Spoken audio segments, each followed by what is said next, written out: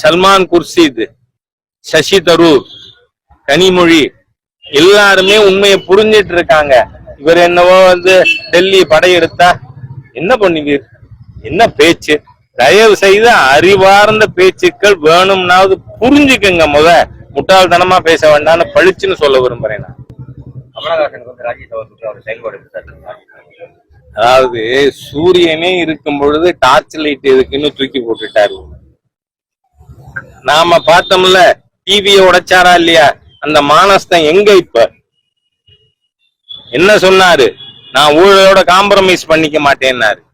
அதெல்லாம் பிதற்றல், மக்களை ஏமாத்துறதுக்காக ஒரு கட்சி நடத்தி கேவலம் ஒரு ராஜ்யசபா சீட்டுக்கு விலைக்கு போய் டார்ச்ச அடமானம் வச்ச ஒருத்தரை பத்தி நீங்க கேள்வியும் கேட்க வேண்டாம், நான் பதில் சொல்லுவேன். கேள்வி கேட்டதற்கு அவசியம் ஏற்பட்டுள்ளது, அதற்காக தற்போது வந்துள்ளேன்னு சொல்லிட்டாரு. என்னவா கேள்வி கேட்டதற்கு தற்போது அவசியம் ஏற்பட்டு என்ன அவசியம்? டார்ச் லைட் தூக்கி போட்டுட்டு திமுக ஆதரவுல ராஜ்யசபாக்கு போறதுக்கு உங்களை மாதிரி அந்த மாதிரி போனவங்க நான் யார் பேரையும் சொல்ல விரும்பல. அவங்கெல்லாம் ராஜ்யசபால பாய தச்சு வச்சிருந்து உட்கார்ந்து இருந்ததெல்லாம் நான் சொல்ல முடியும். அதனால இவர் போனதுனால ஒரு லாபமும் தமிழ்நாட்டுக்கு கிடையாது. அவர் தன்மானமற்றவர் அப்படிங்கிறது நிரூபணம் ஆயிருக்கு.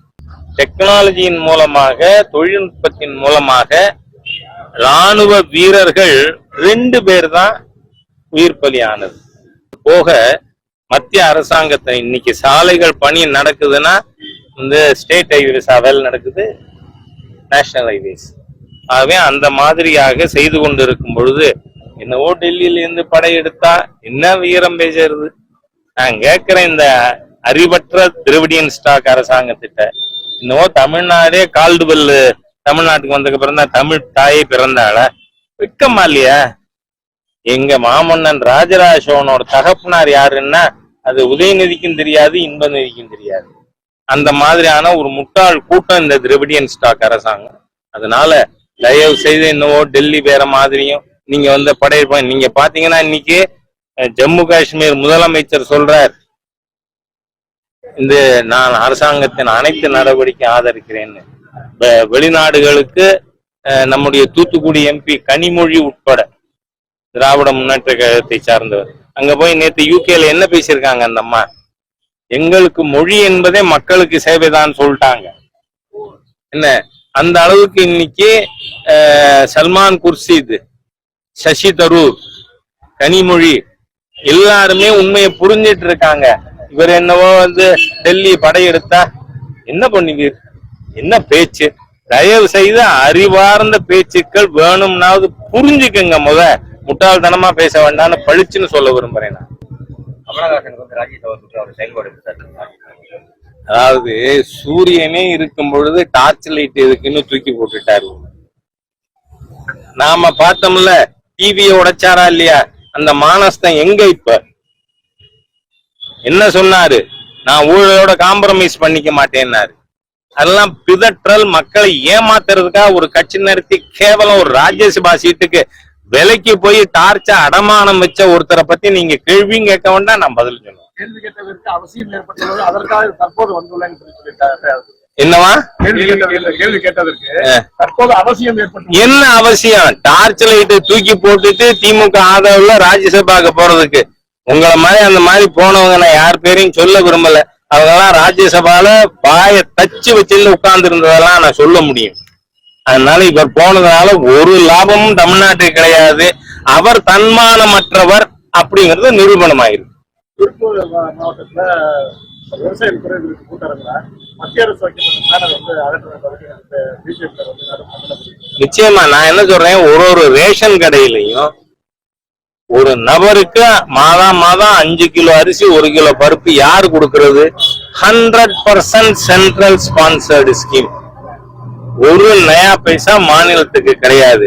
அதனால நீங்க ரேஷன் கடையிலேயே, நான் பாரதிய ஜனதா கட்சியினுடைய செயல் வீரர்களுக்கும் சொல்றேன், போய் ரேஷன் கடையில வைப்போம். அரிசி கொடுக்கறது மோடி அவர்கள் அரசு, பருப்பு கொடுக்கறது மோடி அவர்கள் அரசுன்னு. இந்த மாநிலத்துல எந்த டெவலப்மெண்ட் எக்ஸ்பெண்டிச்சரும் இல்லாம மக்கள் பணத்தை சூறையாடி கொண்டிருக்கின்ற பொருட்பட்ட திராவிடியன் ஸ்டாக் அரசாங்கம் இருக்கு. அதனுடைய செயல்பாடுகள் மக்கள் 26 தேர்தலில் தக்க பதிலடி கொடுப்பார். நன்றி. விவசாயிகள், குறிப்பாக ஏழை எளிய மக்கள் நகைக்கடன் பெறுவதில் இதற்கு முன்பாக இருந்த நடைமுறை பழக்கங்கள் தொடரும் என்று ரிசர்வ் வங்கி அறிவித்திருக்கிறது.